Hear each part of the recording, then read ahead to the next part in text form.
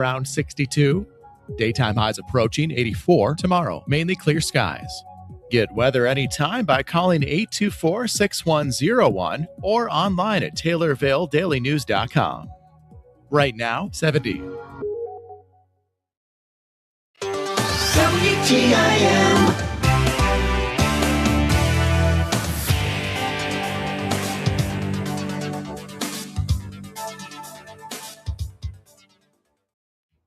You're listening to WTIM, your information station. Time now for your expanded local news. I'm Reed Kamai. The Taylorville Police Department is preparing to begin enforcing the city's recently passed kratom ban. The ordinance, which passed a vote at the city council meeting 2 weeks ago, will see both synthetic and natural forms of the substance banned. Police Chief Dwayne Wheeler says he expects local stakeholders to cooperate on the matter. I don't think it's a huge profit margin, but besides that, the health department and I were talking about it, and they want to pass it on the county level. So doing some research on kratom, I've heard about it. I've talked to people that's been on it. It's basically what it is, these kids can get their hands on it at the convenience store or gas station. And one thing we want to do, and of course in Taylorville, we always want to watch out for our youth. And when you get on it, and I've talked to people that are on it currently, and it's just a really hard herb to get off of. It's synthetic. The withdrawals are terrible. Speaking to the ER docs, speaking to other medical professionals, you start hallucinating, you go into seizures. And also the natural kratom, besides the synthetic, can cause severe liver damage. The police chief also credits the Christian County Health Department for their role in raising the topic of kratom in the community. So if somebody wants kratom for their health issues, and if it does relieve their pain, I'm sure they're going to be able to get it online somewhere and order it. So that's what's going to happen.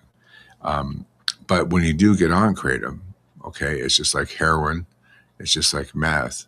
It's really hard to get off, and if you try to get off of it without medical help and detox, there's some complications there. So it's just it's another way to make profit that endangers kids' lives and also endangers adults' lives too. And once the health department came to me with this, I knew about it. I knew people do say passage that's on it. I think the health department did a great job, really stepping up and getting medical professionals together and talking about it. More information on the Taylorville Police Department is available at taylorville.net/police-DEPT. Police Chief Dwayne Wheeler appeared as a guest on the WTIM Morning Show. 2 federal lawsuits are now seeking to block Illinois' new assisted suicide law before it takes effect next month. The End-of-Life Options for Terminally Ill Patients Act, signed into law by Governor J.B. Pritzker, is scheduled to take effect September 12th. The law allows mentally competent adults with a terminal illness and 6 months or less to live to request medication intended to end their lives. State Representative and physician Bill Howder, a Republican from Morton, opposed the measure during the most recent legislative session. Howder says the law conflicts with a physician's oath and their duty to heal and accompany patients during the final stages of serious illness. Well, the basis of it is that it runs counter to our oath, our duty to heal and to accompany patients in their final moments, if they're terminally ill, if they have chronic diseases.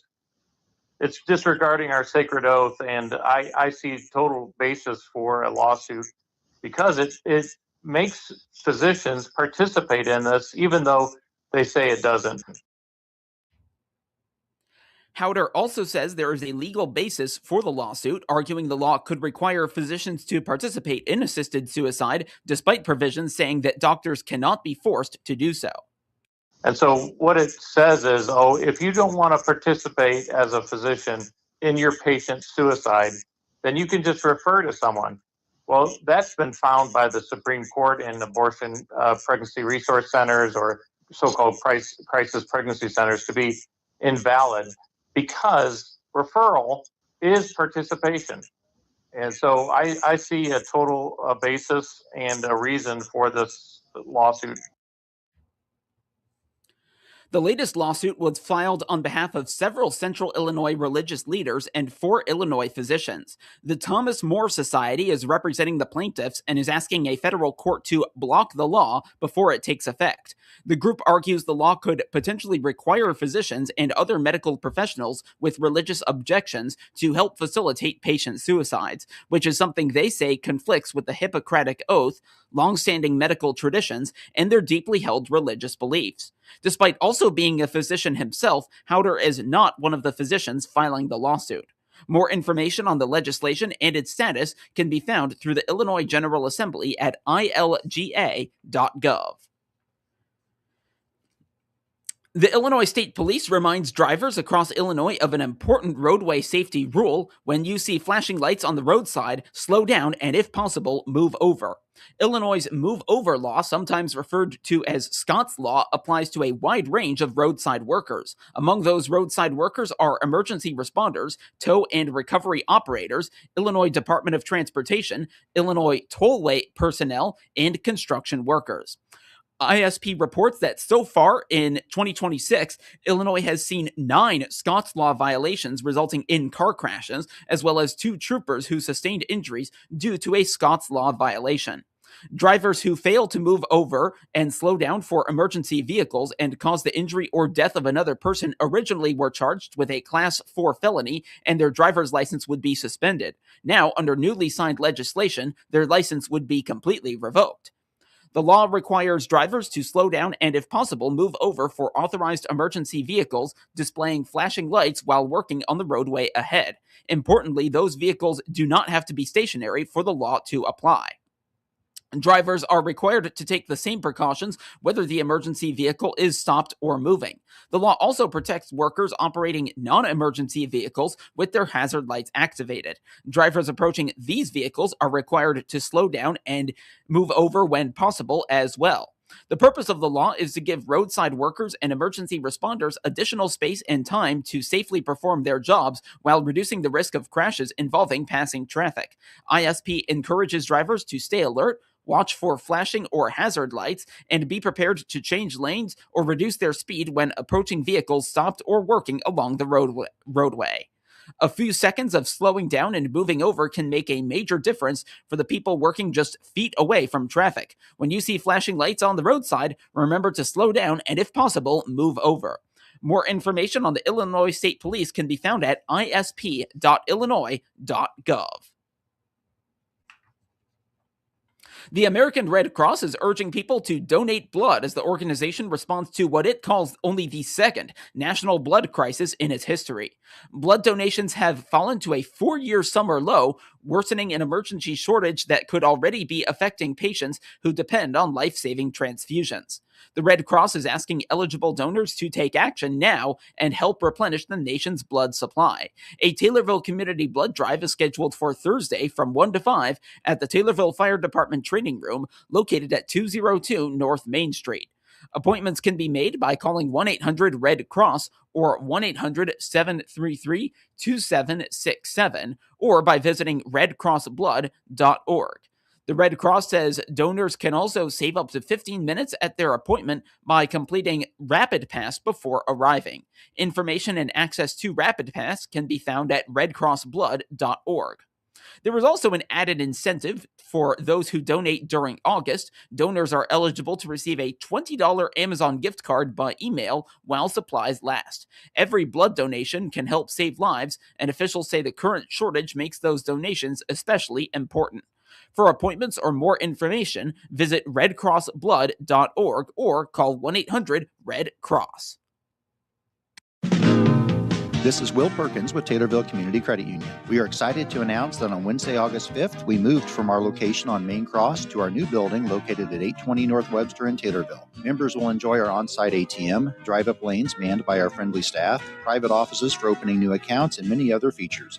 A lot of planning went into our new home office, and we are excited to share it with our members. Wednesday, August 5th was the big day. Thank you to all of our members who have supported TCCU over the past 70 years. Member NCUA. One nonprofit organization is seeking to end veteran homelessness one step across America at a time. Walkering Across America is organizing a nationwide walk to raise money for the cause. The goal is to walk from the Wounded Warrior Project headquarters in Jacksonville, Florida to Tacoma, Washington. The journey's walking distance is projected to be 3,228 miles. For context, the route for the 2026 Men's Tour de France measured 2,016 miles. Organizers have done smaller walks, including within Taylorville, in recent weeks to raise awareness of their efforts. Ryan Horn is the CEO of the Walkering Across America Foundation. He says his organization seeks to ensure any homeless veteran seeking support receives an initial setup within 24 hours. Say, for instance, the VFW in Taylorville calls me and says that, hey, we have a homeless veteran. Within 24 hours, we want to have that veteran either on a bus or a plane to one of our centers. And what our centers, now, of course, it's, our goal is one center at a time.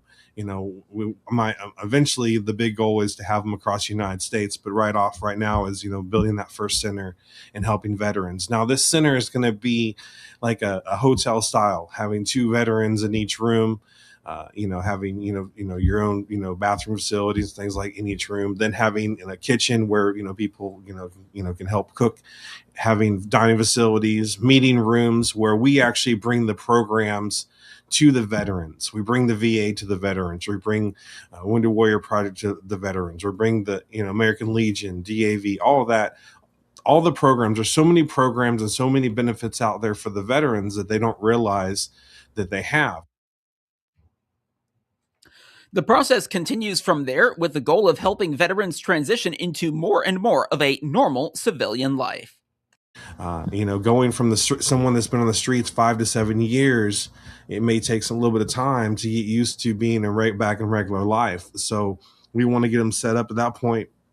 And then we want to graduate them to what's called a veteran tiny home village. So it's nothing but veterans as far that are in these homes, and they have to maintain these tiny homes, cutting their grass, being cordial with, with their neighbors and things like that. Well, once they complete that, then we will actually provide them either help them get a VA loan and pay a year mortgage, 6 months water, 6 months electricity, or we will do on the other side a certain amount of rent. We'll pay for a year's rent, 6 months water, and 6 months electricity, because this is a hand up, not a handout. Horn says he at one point became homeless after returning from duty. He believes every person who has served the country should have access to what they need to survive when they come back. More information on the Walkering Across America Foundation is available at thewaaf.com. Ryan Horn appeared as a guest on the WTIM Morning Show. Now to obituaries, which can be found at TaylorvilleDailyNews.com. 80-year-old Sandra Sandy Sue Crouch of Greenville died on Tuesday. No services will be provided at this time. 82-year-old Stanley K. Ryan of Mount Auburn died August 9th. Visitation and the funeral service took place on Saturday. Arrangements were handled by Sutton Memorial Home in Taylorville. 101-year-old Dorothy Marie Durbin of Taylorville died on Thursday. Visitation is Wednesday from 10 till 11 at McClure Funeral Home in Taylorville. The funeral service will immediately follow. Burial will be at Glen Haven Memorial Garden. Arrangements are being handled by McClure Funeral Home in Taylorville. 89-year-old Mary Louise Goggin of Greenville died August 2nd. A funeral mass will take place Saturday at 10 at St. Lawrence Catholic Church in Greenville. Burial will be at St. Lawrence Cemetery. Arrangements are being handled by Donald Wigand Funeral Home in Greenville. And 82-year-old Kenneth Dale Pumphrey of Canton died last Monday. A graveside service with military honors will take place August 28th at 2 at Camp Butler National Cemetery in Springfield. Cremation rights have been accorded. Arrangements are being handled by Sedgwick Funeral Home and Crematory in Canton. Get news anytime from your computer or mobile device